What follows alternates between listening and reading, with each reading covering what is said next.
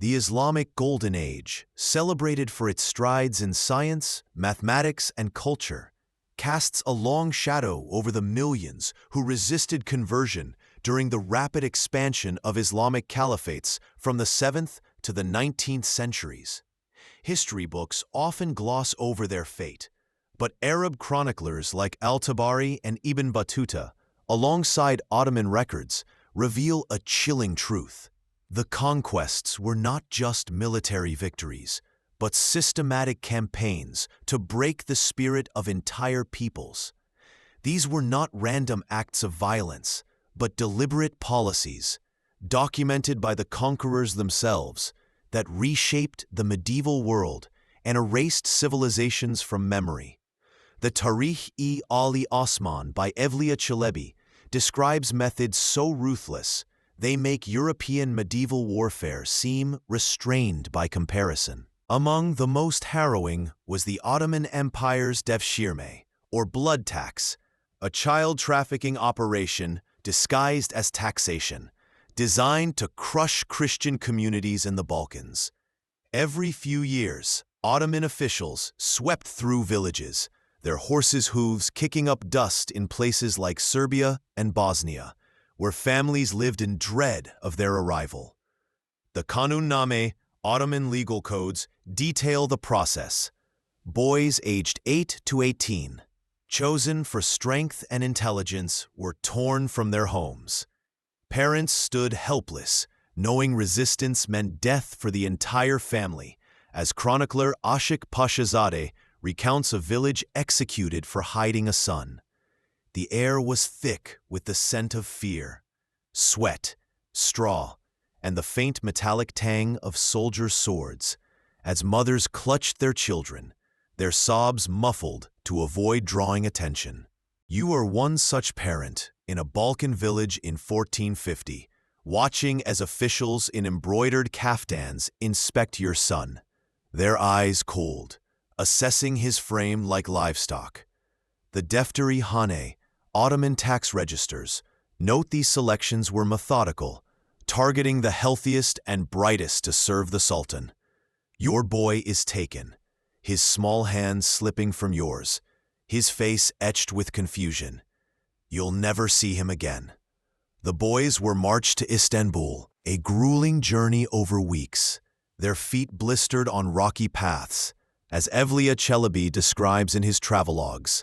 There they were forcibly converted to Islam, stripped of their Christian names, forbidden from speaking their native tongues or contacting their families, as the Kanunname mandated erasure of past identities. The psychological manipulation was brutal yet sophisticated. Trainers told the boys their families had abandoned them, that the Sultan was their savior, a tactic modern trauma studies suggest could fracture a child's sense of self, fostering loyalty to captors. The most promising were molded into janissaries, the Sultan's elite infantry. Their training so rigorous, it forged them into instruments of Ottoman power. As historian Halil İnalcık notes, the devshirme turned sons into swords against their own. The scale was staggering. Between 1365 and 1826, when the system ended, an estimated 500,000 to 1 million boys were taken, per Ottoman records cited by İnalcık. Entire Balkan regions lived in terror, the Tarihi-Ali Osman recounting villages emptied of youth. The cruel irony was that these stolen children became the spearhead of Ottoman conquest, former Christians sent to subdue Christian lands, a cycle that crushed resistance.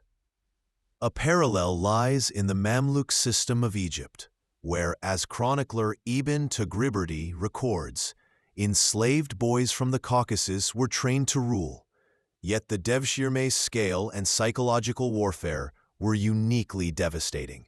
Families resorted to desperate measures. Some scarred their sons' faces or hid them in mountain caves, as folktales from Serbia preserve. But the Ottomans' thoroughness, documented in tax ledgers, left few escapes. The emotional toll on parents, as modern psychology suggests, was akin to losing a child to death, compounded by the knowledge their sons would fight against their own people. The Devshirme wasn't just about building an army. It was about breaking communities. As McMahon writes, taking a people's future ensured their submission. Villages grew quiet, their spirit drained, as the Defteri Hain notes declining populations in heavily taxed regions. The cultural context of the Ottoman Empire amplified the horror. Children were not just resources, but symbols of a community's continuity, their loss a wound that festered for generations. The stage is set for a deeper exploration of how these policies, rooted in control and erasure, reshaped not just bodies, but entire civilizations, their truths buried in chronicles waiting to unsettle us. The Ottoman Empire's devshirme, or blood tax, was no mere levy, but a calculated machine of conquest, tearing boys from Balkan villages to forge them into the Sultan's loyal instruments. In the 15th century, as you stand in a Serbian village, the air heavy with dust and dread, Ottoman officials in silk kaftans descend, their eyes scanning for boys aged 8 to 18. The Kanun name, the Ottoman legal code, details the precision of this process. Boys were chosen for physical strength and sharp minds, their potential a resource to be harvested. Parents, powerless, watched their sons ripped away, knowing resistance invited slaughter, as chronicler Ashik Pashazadeh recounts a Bosnian village razed for defiance. The Defteri Hane, Ottoman tax records, log these sweeps, noting thousands taken every few years. Your son, his small frame trembling, is among them, his footsteps fading on the rocky path to Istanbul. The journey described by Evliya Çelebi was grueling. Weeks of marching under armed guard, the boys' feet bloodied, their faces gaunt with fear and hunger. In Istanbul, the transformation began. The boys were forcibly converted to Islam, their Christian names replaced with Turkish ones, their languages banned, their ties to family severed, as the Kanun name mandated total erasure of their past. The psychological manipulation was relentless. As historian Halil İnalcık notes, the Ottomans crafted loyalty by breaking identity. Trainers told the boys their families had forsaken them, that the Sultan was their savior, a tactic modern trauma studies liken to Stockholm Syndrome, binding captives to their captors. The most promising were trained as janissaries, elite infantry whose discipline and skill, detailed in Tarith-e-Ali Osman, made them the backbone of Ottoman conquest. They were taught to see their Christian roots as inferior, their new loyalty absolute. Their swords turned against their own kin. The scale was staggering. Between 1365 and 1826, an estimated 500,000 to 1 million boys were taken, per Ottoman records cited by İnalcık. The Defteri Hane lists villages like those in Serbia and Albania, stripped of their youth, their populations dwindling as hope faded. The cruel irony, as chronicler Oruç Bey records, was that these boys became the vanguard of Ottoman expansion, former Christians sent to crush Christian communities, a self-perpetuating cycle of conquest.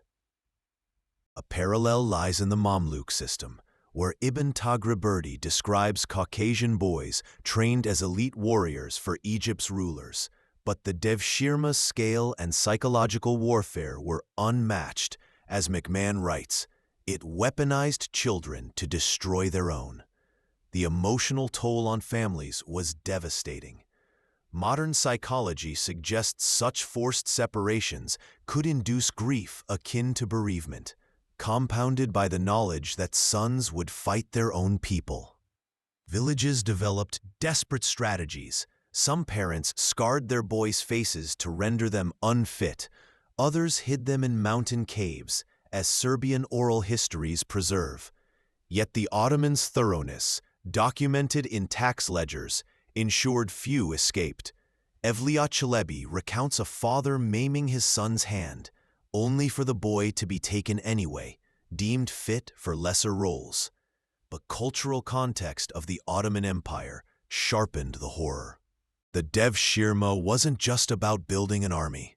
It was about breaking the spirit of Christian communities, as Inalcik observes. Taking the future ensured submission. The Tarihi Ali Osman notes entire regions living in terror, their churches silent, their fields untended, as the loss of sons drained vitality. A comparison to the Roman practice of hostage-taking, where noble children were raised in Rome to ensure loyalty, reveals a less systematic cruelty, as Roman historian Tacitus describes hostages retaining some ties to home. In the Balkans, no such ties remained. The boys' new names, Mustafa, Ahmed, erased their pasts, their training in Istanbul's barracks, detailed in Ottoman military records, forging them into disciplined killers.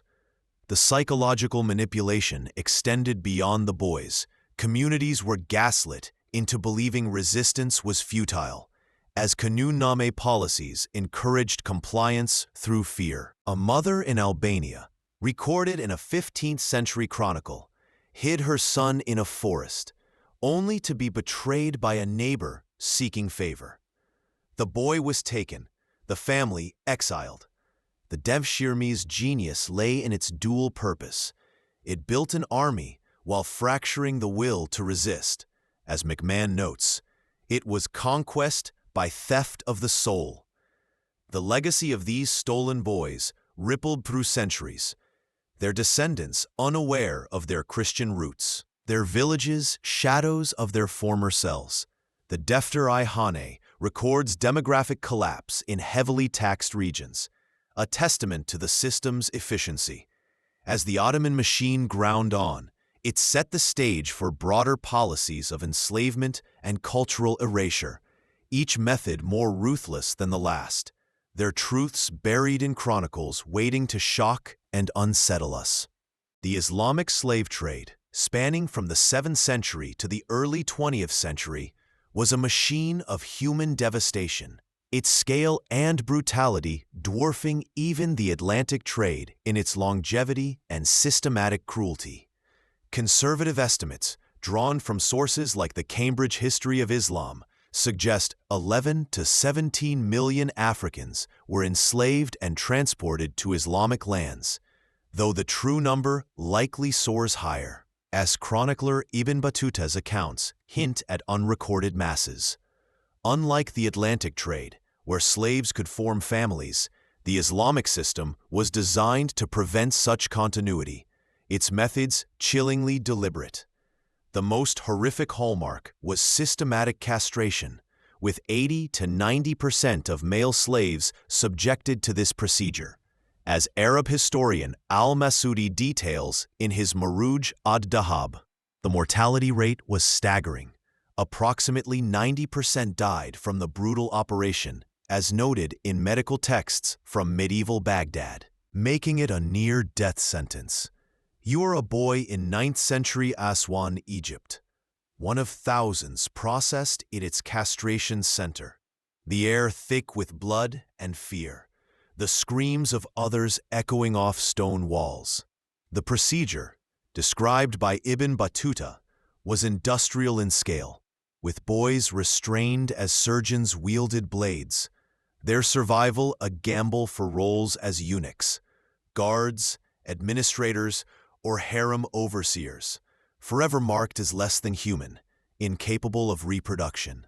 This wasn't error but policy, as Islamic law, per al-Hidayah, encouraged manumission of converted slaves, but ensured no permanent slave class by preventing their reproduction, creating a relentless demand for new captives. The Tabakat al-Shafiyah records Aswan centers processing thousands annually, their efficiency a grim testament to the system's design. Female slaves faced a different but equally brutal fate. The most attractive were funneled into harems or concubinage, while others toiled in domestic labor. Ibn Battuta's travelogues describe women displayed naked in Cairo's markets for buyers' inspection. You are a mother in a raided Nubian village, watching your daughter, barely 15, torn away, her fate sealed by her beauty. As chronicler al-Tabari notes, such selections were routine. The psychological impact, as modern trauma studies suggest, was catastrophic. Parents lived with the dread that their daughters faced sexual exploitation, a fear so pervasive some scarred their girls' faces, as oral histories from Sudan preserve. The Risalat of al-Jahiz mentions families hiding daughters indoors, birthing a culture of seclusion still evident today. The scale was immense. The Ottoman Empire alone enslaved over 1.5 million women for sexual purposes between the 14th and 19th centuries. Per estimates in the Cambridge History of Islam, drawing from the Balkans, Caucasus, and Africa. The Mamluk system took this to an extreme, purchasing boys from the Caucasus and Central Asia, converting them to Islam, and training them as elite warriors, as Ibn Taghribirdi's chronicles detail. These Mamluks, rising to rule Egypt and Syria for over 250 years, perpetuated the cycle, importing new slaves rather than passing power to their own children, as Nuzhat al-Majalis notes their refusal to create dynasties. The emotional toll on source regions was devastating. Modern demographic studies suggest Africa's Sahel and East African coasts were depopulated, their economies shattered by constant raids, as al-Masudi records villages left empty. A parallel lies in the Atlantic trade's impact on West Africa, but the Islamic trade's 1400-year span, per the Cambridge History of Islam, caused deeper, longer-lasting scars. The cultural context of Islamic slavery was rooted in legal frameworks. As al-Hidayah permitted unlimited sexual access to female slaves under the concept of those whom your right hand possesses, creating a system where women were property, their children illegitimate unless acknowledged, as Ibn Battuta observed in Damascus markets. The economic impact was equally ruinous. Regions like Nubia, forced to supply 400 slaves annually to the Fatimid Caliphate, as treaties cited in al-Tabari confirm, saw their populations collapse, their fields untended. Arab chroniclers treated these practices as routine, with al-Haziz describing slave markets as normal commerce, their matter-of-fact tone chilling. The psychological warfare was deliberate. By targeting the young and healthy, the system broke families and futures. As McMahon writes, slavery was conquest by theft of humanity. A 10th century account from Kitab al-Aghani tells of a mother who poisoned her son to spare him castration, only to be enslaved herself. The harem system, far from a romanticized image, was a tool of control, its women, captured across diverse cultures, discarded when no longer useful, as Ibn Battuta's accounts of Baghdad's markets reveal. The Islamic slave trade's efficiency lay in its ability to erase not just bodies, but legacies, setting the stage for broader tactics of cultural and economic destruction that would reshape entire civilizations. Their stories buried in chronicles waiting to shock us with their scale. The Islamic Caliphate's conquests were not just battles for land, but calculated assaults on the spirit and survival of conquered peoples, wielding economic and religious warfare with devastating precision. In the medieval Islamic world, the jizya, or poll tax on non-Muslims, was a tool of economic strangulation, as chronicler al-Tabari describes in his History of the Prophets and Kings, set at levels often equivalent to several months' income that could bankrupt all but the wealthiest families. Imagine you're a Coptic farmer in 7th century Egypt, standing in a dusty marketplace, publicly humiliated as you pay the tax, struck or forced to kneel. A ritual al-Masudi notes was designed to degrade. The Pact of Umar, a foundational Islamic legal text, enforced such practices, ensuring non-Muslims felt their second-class status. Failure to pay meant confiscation of property or enslavement. As al-Tabari records, entire Egyptian villages stripped bare for defaulting. This wasn't just taxation. It was a system to make non-Muslim life unsustainable, pushing conversion through desperation. Beyond economics, the caliphates targeted religious infrastructure with ruthless efficiency. When Arabs conquered Egypt in 641, they began a centuries-long campaign to dismantle Coptic monasteries and churches, as historian John of Nikiu chronicles. Noting the burning of Alexandria's libraries, repositories of ancient Egyptian knowledge. These weren't mere buildings, but cultural anchors, their destruction a deliberate erasure of identity, as the Cambridge history of Islam underscores. In Persia, Zoroastrian fire temples, some burning for over a millennium, were extinguished, their priests executed or forced to convert, as al-Tabari details in his accounts of the Umayyad conquest. The Tariq-i-Bukhara records the burning of Zoroastrian texts, reducing a once dominant religion to a shadow within centuries. A parallel lies in the Byzantine Empire's preservation of Greek temples as churches, which, while repurposing, allowed some cultural continuity, unlike the Islamic approach of total obliteration. As historian Patricia Crone observes, destruction was a message of supremacy. In India, Mahmud of Ghazna's campaigns from 1000 to 1027 were a masterclass in religious devastation, with chronicler al-Utbi boasting of over 50,000 Hindu temples razed. The Somnath Temple, a sacred Hindu site, was demolished, its fragments used to build mosque steps, as Tariq-i-Yamani recounts, a calculated act of psychological warfare. Forced conversions often occurred amid these ruins, reinforcing Islamic dominance. As al-Utbi notes, priests compelled to recite the Shahada under threat of death. The emotional toll, as modern trauma studies suggest, was profound. Communities watched their sacred spaces desecrated, their faith rendered powerless. Legal restrictions further tightened the noose. The Pact of Umar forbade Christians and Jews from building new churches or synagogues, ringing bells, or holding public processions, as al-Masudi confirms in his descriptions of Damascus. Non-Muslims couldn't testify against Muslims in court, carry weapons, or ride horses, creating a legal apartheid that, as Crone writes, made resistance a daily humiliation. The cumulative effect was catastrophic. Ancient Christian communities in North Africa, once home to theologians like Augustine, vanished entirely by the 12th century, per the Cambridge History of Islam. Zoroastrian Persia, with millions of adherents, dwindled to fewer than 200,000 today. As Encyclopedia Iranica estimates, its cultural legacy buried.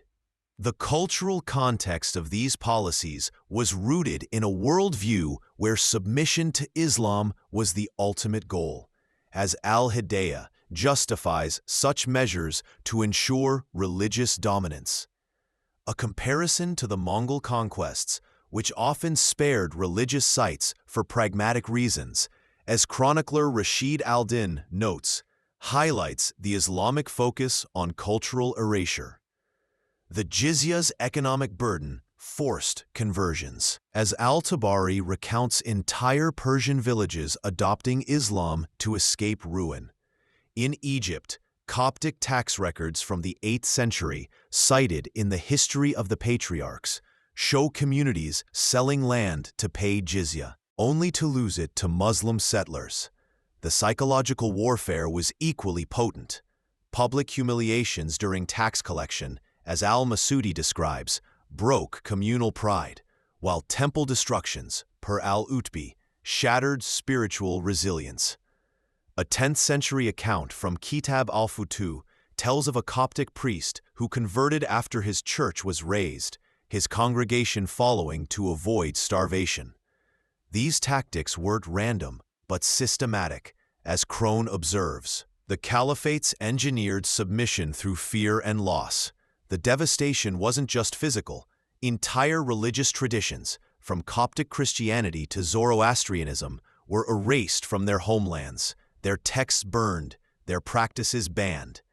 The Taghribirdi notes Persian scribes forced to abandon their script for Arabic, severing cultural continuity. The stage is set for exploring how these policies extended to sexual slavery and economic destruction. Each method a thread in a tapestry of conquest that sought not just to rule, but to obliterate, leaving truths buried in chronicles that still shock and unsettle us.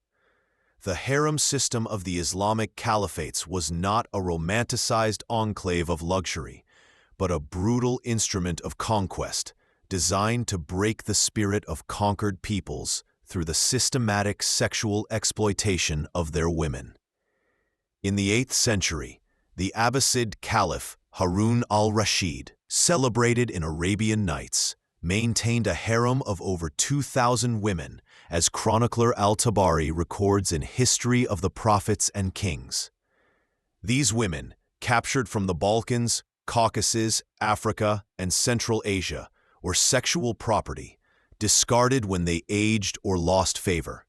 When Baghdad fell to the Mongols in 1258, accounts from Kitab al-Futuh describe the systematic rape and murder of over 700 women in the last Abbasid caliph's harem, a grim end to centuries. You are a mother in a 10th century Caucasian village, watching raiders drag your daughter away, her screams swallowed by the dust of hooves, knowing she faces a life of concubinage, as Ibn Battuta's travelogues detail such captures as routine.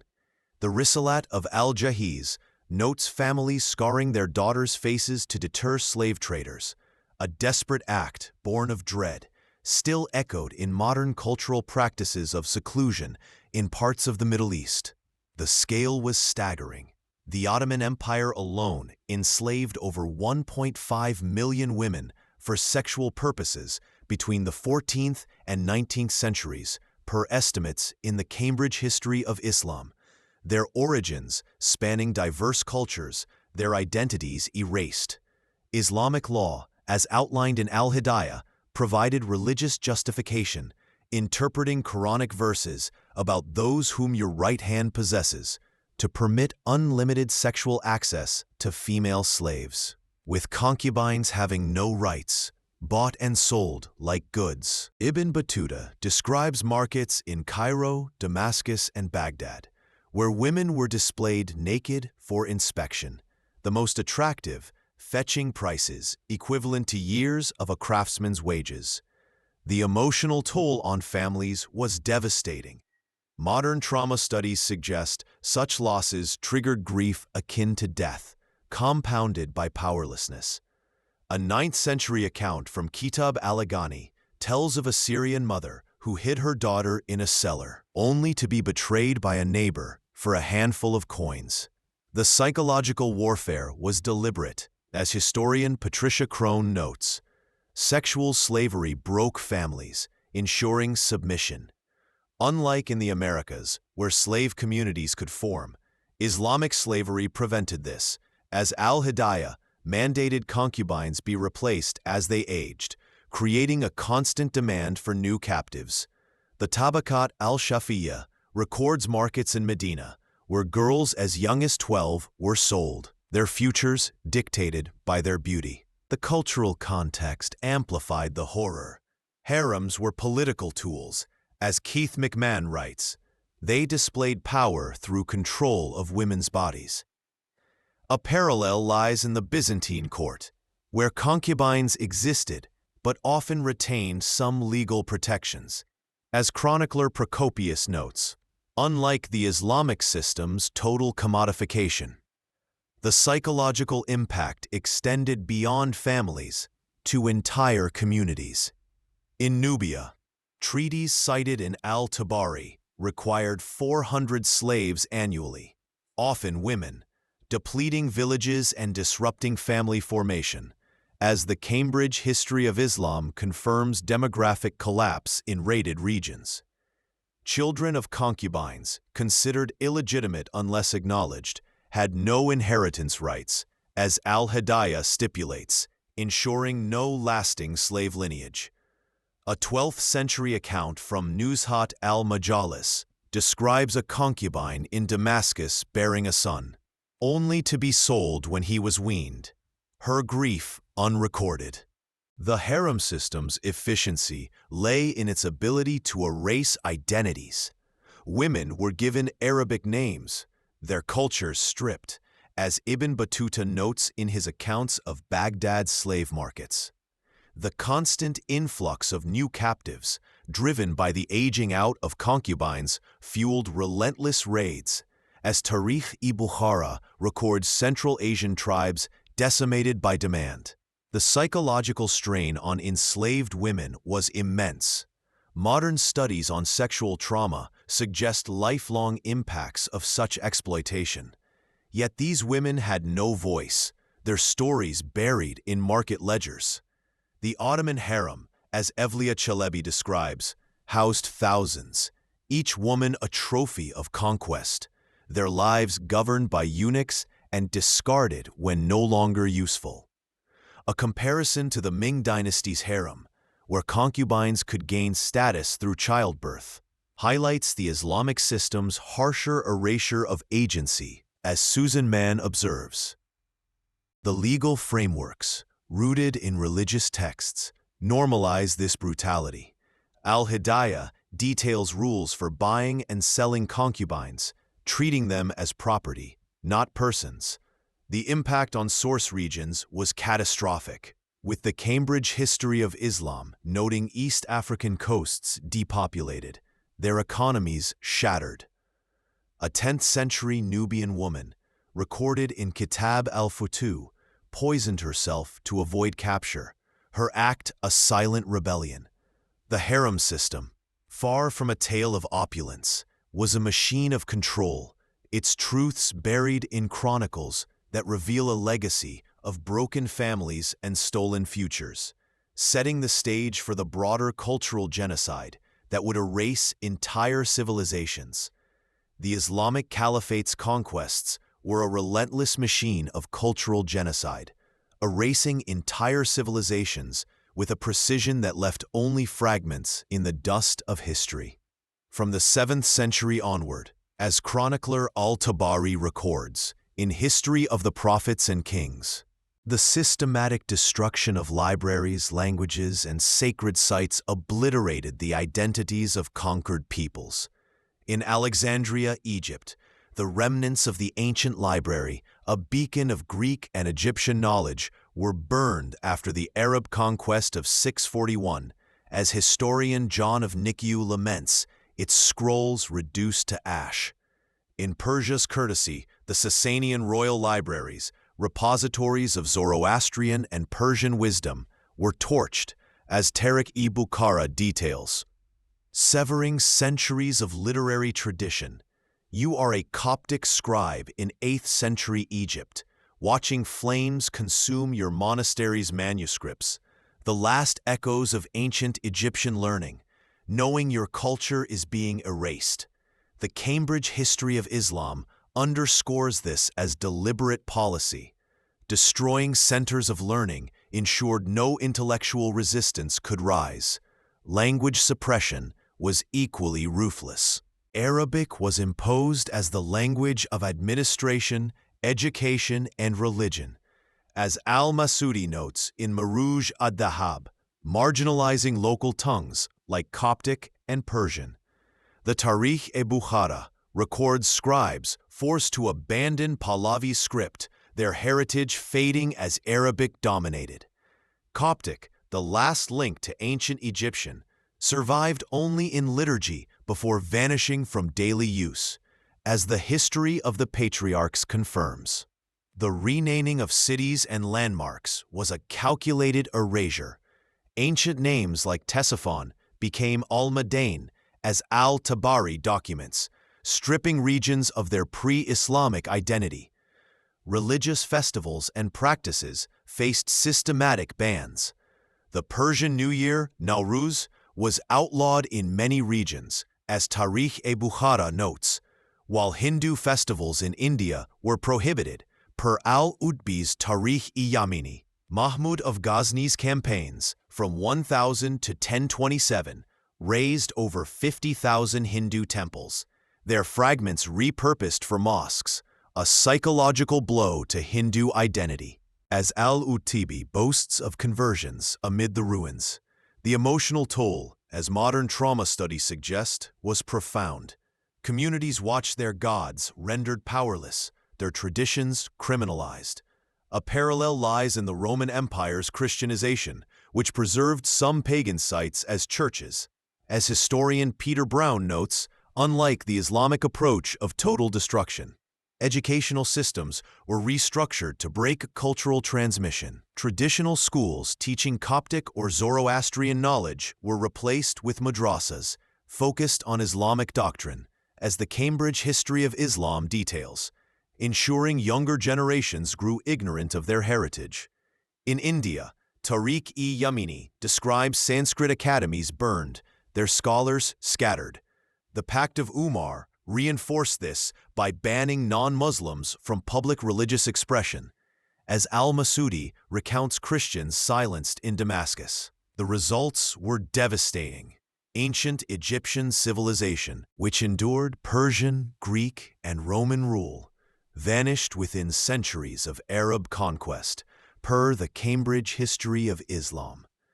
Zoroastrian Persia, with millions of adherents, dwindled to fewer than 200,000 today, as Encyclopedia Iranica estimates. The psychological warfare was deliberate. As Patricia Crone writes, erasure was conquest's final weapon. A 9th-century account from Kitab al-Futuh tells of a Zoroastrian priest who hid texts in a cave, only to be executed when discovered, his legacy lost. The cultural context of these policies, rooted in Islamic law's emphasis on supremacy, as al-Hidayah outlines, justified erasing rival cultures to ensure dominance. Monuments and temples were demolished or converted.